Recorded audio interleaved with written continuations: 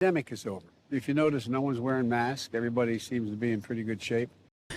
I don't know if they're in that good a shape, but just so we're clear, the pandemic is over. For anyone who may be asking that as we head into November, we're days away from a pretty big election. So it's really important that he makes everyone who wants to go about life as normal feel like they can. Of course, there's a whole bunch of people who still need him to spend money, and he's clearly willing to do that as well. It makes me really think he's more dazed and confused than anyone knew. Portions of today's program are brought to you by Legacy Precious Metals. Go to legacypminvestments.com for more. Call 1-866-589-0560. Investing in gold is one way to really diversify your portfolio. And given everything that's happening on the inflation front, it would be nice to have that diversity right about now, would it not? Gold holds its value. So go give my friends there at Legacy Precious Metals a call today. Again, Legacy Precious Metals. Here's the whole clip from Scott Pelley's interview on CBS News 60 Minutes from Sunday night. Mr. President, first Detroit Auto Show in 3 years. Yeah. Is the pandemic over? The pandemic is over. We still have a problem with COVID. We're still doing a lot of work on it. But the pandemic is over. If you notice, no one's wearing masks. Everybody seems to be in pretty good shape. So if everyone is in really good shape, then why are we spending so much on so many different welfare programs? There's a ton of money that got put into action back in March of 2020, and we're still feeling the effects of all that. I realize the president thinks inflation's up just an inch. Inflation rate month to month was just just an inch. Hardly at all. You're not arguing that 8.3 is good news. No, I'm not saying it's good news, but it was 8.2 or 8.2 before. Actually, it's up over 8% from this time last year. As I predicted, by the way, it would. I said it over and over again right here on this show, as far back as summer of 2020, that you couldn't have this much fiscal and monetary policy working together and not run certain risks. Anyway, you have welfare benefits that have skyrocketed. Think about the millions of people that are still receiving food stamps because they expanded that program pretty dramatically. That was the national emergency, remember? You had a restriction, or a lack of restriction, I should say, on state requirements for work, which meant more people were able to file for more benefits. States were not able to remove people, for example, from Medicaid rolls, even if the people were no longer eligible for Medicaid. The prediction is that it's costing taxpayers, according to a report in the Wall Street Journal, about $16 billion a month.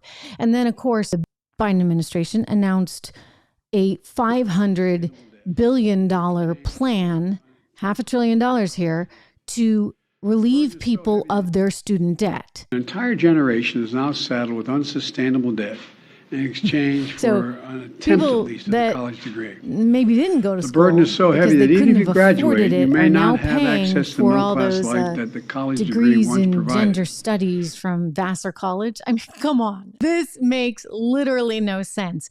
But they're using, yet again, March 2020, that emergency declaration to justify this from a legal perspective. It will face legal challenges, but this is what he's trying to do. In other words, he wants to have his cake and eat it too.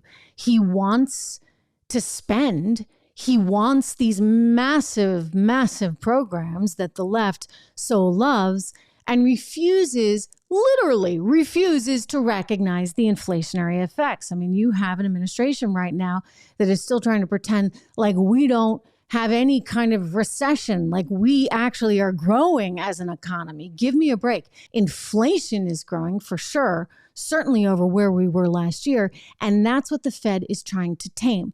So the big question becomes, really and truly, can this inflation be tamed? Can our economy be on stable ground when you have a president that is so dazed and confused, so willing to spend, while simultaneously a Federal Reserve that's trying to suck all the money out of the economy? I mean, talking about mixed signals, this is a mess. I asked Charlie Dombeck, our friend from Key City Capital, whether or not he thought the Federal Reserve could actually save Biden from himself. Interesting conversation. Take a listen. Charlie Downback from Key City Capital. Charlie, good to see you. Great to be here. So I want to start by playing you some sound. Joe Biden gave a rare interview to 60 Minutes, and he seems to think that inflation's not really a problem. It's just growing by an inch, he said, and that the economy is actually growing. Here we go. Sir, with the Federal Reserve rapidly raising interest rates, what can you do to prevent a recession? Continue to grow the economy. And we're growing the economy. It's growing in a way that it hasn't in years and years. Really? Oh my God. It's growing. It's growing. I mean, forget the fact that the last 2 consecutive quarters have shown negative GDP growth, a GDP decline. What do you make of that? Well, the only thing that Joe Biden and his fellow Democrats are doing really well is spending more money, which is exacerbating an already huge problem with inflation. So they're not growing the economy. Look, inflation came out with statistics last week, 8.3%, even though we had a major drop in energy costs. So inflation is running at a white hot pace. And the Federal Reserve actions to date have not dampened inflation whatsoever. And we've got more interest rate increases here now. And the real question, is it enough? Will they have an impact on the overall inflation rate? Or possibly, do we have an issue where we are contracting the economy too much? So it's a really tough issue for the Federal Reserve to contend with right now. One of the things that I felt was very noteworthy was the reduction in revenues at Federal Express. One of the best leading indicators of a recession is a reduction in freight movement. And we're starting to see that. We're seeing it at Federal Reserve. We're seeing it in the trucking industry. And if you look historically, that is a major predictor of a recession. And what's different about this rolling crash that we're in, it's very different than the subprime crisis, where within 12 months, we largely recovered what we lost in the markets. There's no possibility that within the next 12 to 18 months, we are going to be able to recover what we've lost. Not with the Democrats spending all this money, not with further interest rate increases, and now major recessionary tendencies in the economy. It's a very troubling environment. It's a strange environment. I don't think, they say no 2 recessions are alike. And I think we're really seeing that prove out. The hope, of course, right, is that they'll be able to perform what I would call a circus act, right? It's a high wire circus act. And you'll see that, joblessness will go up a little bit, but not enough to really, really hurt us.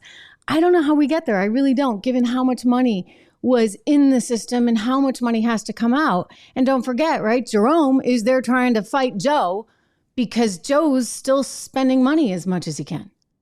Yeah, I mean, they're competing against one another in terms of policy. And I'm hopeful that we're going to get some relief here in the midterm elections and get a little bit better balance in the decision-making process in our government.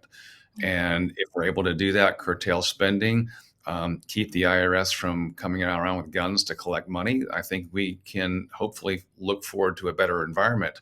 But again, it's not going to be a quick recovery.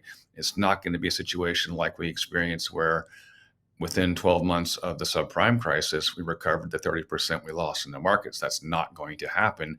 And people still need to prepare themselves and get their money working for themselves and reposition their capital into those asset classes that will perform well in the environment we're in today. What does that mean then? You say asset classes. I mean, walk us through sort of where you'd be positioning. I mean, it seems to me anyway, there's increasingly more opportunities, perhaps in fixed income that you might not have seen before. Yeah, a lot of fixed income investments that are tied to interest rates are starting to perform very well and are actually a better alternative than equities right now. Asset-backed lending in the private placement market, which is one of the things that we sponsor, is doing extremely well. We're able to generate a 12% coupon on a 2-year commitment, which is quite high. That's really high. That's actually, I mean, you think, because what is the Treasury right now? Everybody's psyched because it's getting near 4%. I mean, those that are savers and the Treasury, you know you're going to get that 4%, but 12% is a lot. Yeah, it is. And one of the things that many people are suffering from is a reduction in income in their portfolio. And those people that depend upon fixed income after they've left their job, their profession, or sold their business really depend upon having opportunities or investments that will keep that monthly income up. And so what we look to do is reposition capital out of poor performing investments, typically equities, and are moving them into the fixed income environment, especially these private placements that have high interest opportunities from an earning perspective. Those are doing very well. Let me ask you, I mean, how bad do you really feel like it's going to get? I mean, I keep hoping and praying that it's just a little blip and that we're able to recover enough. But I'm also troubled by as we said, the sort of dueling policies, if you would, from the Fed and the administration. How bad could it get? Well, here's what I'm thinking. I mean, we've been hoping and thinking that for the last 9 months that we were going to be in a relatively short-term environment with high interest rates and inflation. The reality is we've gotten no relief. And I don't see us getting any relief in the near term as well. And I think it can get much worse from an overall economic perspective. We've been able to maintain strong employment, but I suspect employment is going to taper off. And I don't think the interest rate increases are going to be enough. I think we've got a long road ahead of us to get to a recovery point. But there are things that people can do today to protect themselves.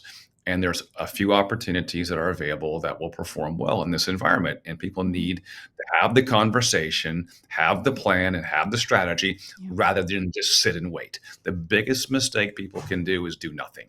And we've been so thankful to be able to help many of your clients who have reached out to us to be able to reposition their assets into those things that are doing well in this economic environment. Yeah.